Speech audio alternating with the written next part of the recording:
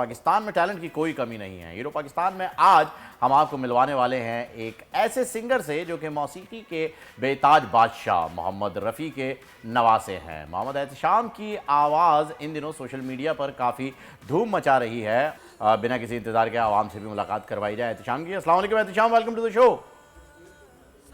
वालेकुम अस्सलाम, thank for having me. अच्छा एहतिशाम, ये बताइएगा कि अल्लाह का शुक्र ठीक ठाक, ये जो गाने का शौक आप में पाया जाता है, ये नाना अब्बू की वजह से है या आपको लगा कि नहीं मैं भी गा सकूं? क्योंकि भाई अगर आपके नाना की बात की जाए तो वो तो लेजेंडरी सिंगर, इंडो पाक के बेहतरीन मतलब शाहकार हैं उनके तो नाम पे। जी बिल्कुल ऐसे ही है। When I am 4 years old I want to sing song live stage in school life. तो ये बचपन से ही मेरे में एक क्रेज़ था और गॉड गिफ्टेड टैलेंट था, लेकिन तब मुझे पता नहीं था इतना। तो ये अचानक ही मतलब 18-20 ईयर्स की एज के अंदर मुझे पता चला कि लाइक मोहम्मद रफ़ी साहब हमारे ख़ानदान से हैं और मैं उनका रिलेटिव लगता हूँ, दूर से नवासा हूँ। तो फिर मैंने सोचा कि उनकी लेगेसी को आगे कंटिन्यू करना चाहिए। तो फिर मैंने डिफरेंट जॉनरास के अंदर परफॉर्म करना शुरू किया, गाना शुरू किया और सुनना भी शुरू किया। अच्छा, ये जो एहतिशाम उड़ीका तेरियां हैं, इसमें आपने जो सारे गामा का तड़का लगाया उसके साथ, ये किस तरह कंपोज आपने किया म्यूज़िक, और ये लिखा किसने है, किस तरह गाना बना है, कुछ इस बारे में बताइए।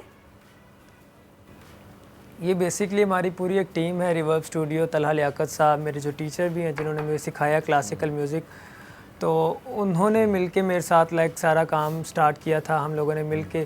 तो सरगम का जो तड़का है वो बेसिकली उन्होंने ही स्टार्ट किया और उन्होंने बताया, उन्होंने ही लगाया इस गाने के अंदर। और ये गाना एक ज़रा चैलेंजिंग सॉन्ग था मेरे लिए, क्योंकि फ़र्स्ट टाइम एक थोड़ा सा पंजाबी टच के अंदर गाना था और मैं बेसिकली एक classical, semi classical, pop rock वाला सिंगर था, तो प्लेबैक वर्जन में मैं गाता था। लेकिन ये फ़र्स्ट टाइम मुझे उन्होंने एक चैलेंजिंग सॉन्ग दिया था जिसके अंदर मुझे यानी और ये चैलेंज आपने बड़ा बखूबी जो है वो निभाया है, बेहतरीन आपने जो है ये गाना गाया और अच्छी आवाज़ के साथ। मुझे ये बताइएगा कि आपने बताया रफ़ी साहब आपके दूर के जो है वो रिश्ते में नाना लगते हैं, तो ये रिश्ता कितने दूर का और कितना नज़दीक है, थोड़ा इसके बारे में बताएं।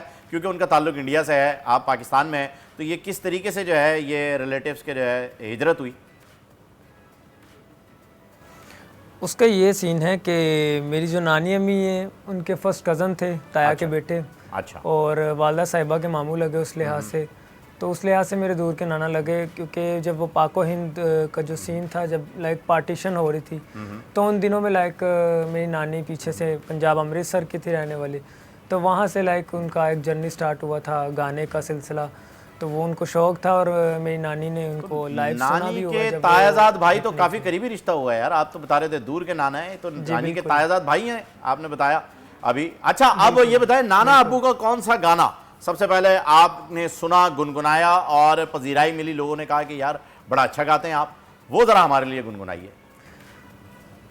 ओह माय गॉड, ज़रूर, क्यों नहीं। ये गाना सुनाने से पहले मैं आपको इसका हल्का सा स्टोरी बता दूं। ज़रूर ज़रूर। कि जब ये गाना मैंने सुना था तो रफ़ी साहब को जब मैंने गाने की कोशिश की थी या मैंने सुनना शुरू किया था, क्योंकि मैं तो बहुत सरप्राइजिंग हो गया था, शौक हो चुका था, मैं एक पॉप रॉक सुनने वाला बंदा था जब मैंने अपनी गायकी स्टार्ट की थी। तो क्लासिकल की तरफ मेरा उस टाइम रुझान नहीं था और आतिफ असलम, राहत फ़तेह अली खान साहब, कुछ इस तरह के मैं सुनता था स्टार्ट पे। तो जब उनको सुनना शुरू किया देन मैंने उनका एक गाना सुना था, चाहूँगा मैं तुझे, जो कि 1964 दोस्ती फिल्म का गीत है। तो वो उसको सुन के मैं बड़ा ज़ारो कतार रोया था कि हो सके तो अल्लाह ताला से दुआ कर रहा था कि मुझे भी कुछ परसेंटेज वैसी खुशबू, वैसा जायका गाने का अगर शोहरत मिल सकती है, कुछ परसेंटेज। मैं कभी भी वैसा नहीं बन सकता, ही जब biggest legend in the world. बड़प्पन है आपका, तो बहुत अच्छी बात कर रहे हैं। सोनू निगम ने भी यही कहा है कि रफ़ी साहब जैसा कोई दोबारा आ नहीं सकता। आप सीख रहे हैं कहीं से, तो बताइए। ये तो समुंदर है गायकी का, इसको तो सीखना, जितना सीखना चाहिए उतना ही कम है। तो मैं सीख रहा हूँ अभी तक, तो सीखता ही रहूँगा। अच्छा, गाना नाना का था लेकिन गाया आपने अपने अंदाज में, क्योंकि इसके एंड में जो आपने मुर्खियाँ ऐड की हैं वो नाना के गाने में नहीं थी।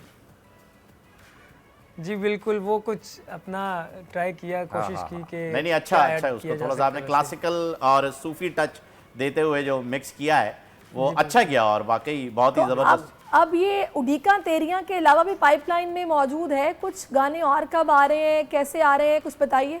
जी बिल्कुल, मेरा एक एल्बम आ रहा है और एक सिंगल इन्हीं दिनों में एक रिलीज़ हो रहा है जो कि इंडिया के इंटरनेशनल लेबल से रिलीज़ हो रहा है। 3 साल पहले वहाँ से एक गाना रिलीज़ हुआ था बारिश की बूंदें, जो ऑडियो में था लेकिन काफ़ी वायरल हुआ था।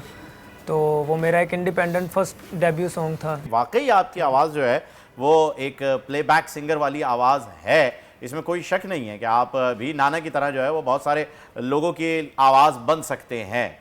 तो कुछ इरादा है आपका मूवीज़ की जानिब आने का? कोई ऑफर हुई या आपने अप्रोच किया हो खुद से?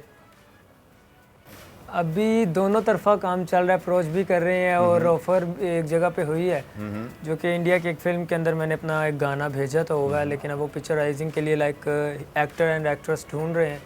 अभी वो फिल्म की स्टोरी कंफर्म की जा रही है। और दूसरी तरफ पाकिस्तान में इफ्तिखार ठाकुर साहब हैं और दूसरे अदर आर्टिस्ट हैं जिनकी फिल्म्स के लिए और ड्रामा सीरियल्स के लिए OST के लिए अप्लाई किया हुआ है। इंशाल्लाह मेरा बेसिक एम भी एज अ प्लेबैक सिंगर ही काम करना है, तो मे भी इंशाल्लाह इन फ्यूचर। तो एहतिशाम, अभी जो आपकी एल्बम आ रही है, जो सोलो गाना एक आ रहा है, वो किसने लिखा है, उसके बोल किसने तहरीर किए हैं, कुछ बताएंगे उन चीज़ों के बारे में?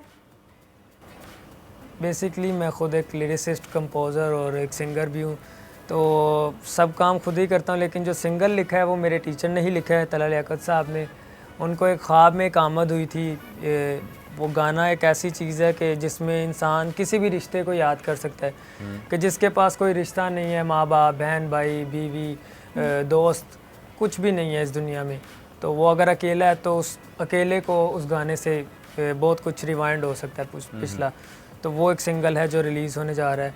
उसके अलावा जो मेरा एल्बम है ख्वाब नाम का, वो मैंने खुद सारा लिखा है और ख़ुद सारा कंपोज किया है, तो उसकी वीडियोस पे काम चल रहा है। वो 2024 में इंशाल्लाह रिलीज़ होगा। चलिए, आखिर में कोई पैगाम देना चाहेंगे पाकिस्तानी अवाम को? जी बिल्कुल, मैं यही कहना चाहूँगा, जो लोग काम कर रहे हैं अपनी फील्ड में किसी भी किस्म का, जितने भी यंगस्टर्स हैं वो काम करते रहें, लगे रहें। इंशाल्लाह एक ना एक दिन ज़रूर कामयाब होंगे। नेवर गिव अप वाला सीन अपनाएं, कभी भी डिग्रेड ना हो किसी भी चीज़ से, किसी भी इंसान से, क्योंकि लोगों का तो काम है बोलना और बोलते रहेंगे तो इंशाल्लाह। बिल्कुल जी, कुछ तो लोग कहेंगे, लोगों का काम है कहना। बहुत ही ज़बरदस्त बात आपने की है Ehtisham. Best of luck for the future and your playback singing. अपना बहुत ज़्यादा ख्याल रखिएगा। बहुत शुक्रिया, आप बोल का हिस्सा बने। सब्सक्राइब करें और बेल दबाएं ताकि कोई खबर रह न जाए।